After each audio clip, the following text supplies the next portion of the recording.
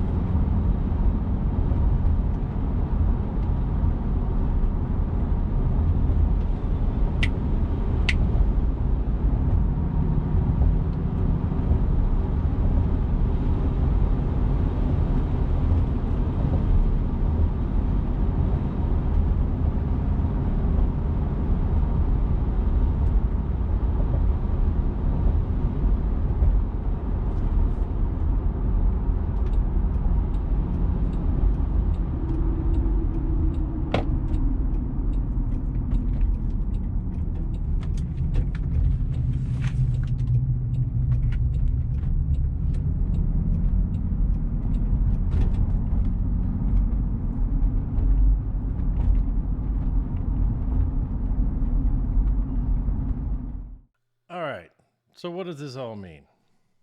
The sound levels at idle were somewhat similar in total, with the 86 Defender averaging about 84 decibels, the 91 Defender coming in at about 82.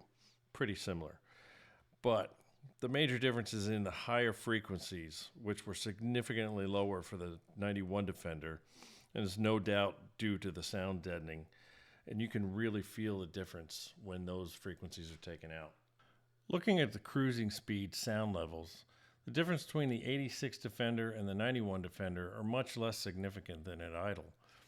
The total sound level was very similar, and the higher frequencies were only slightly lower.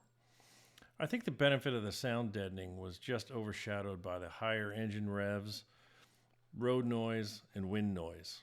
There's only so much that can be done with the classic Defender's architecture and total lack of aerodynamics. Still, the 91 Defender does feel more comfortable than the 86 at cruising speed. The sound deadening seems like it makes more of a difference than the numbers show. And just for fun, the 2020 Defender cruising profile shows what 30 plus years of technology can yield in comfort.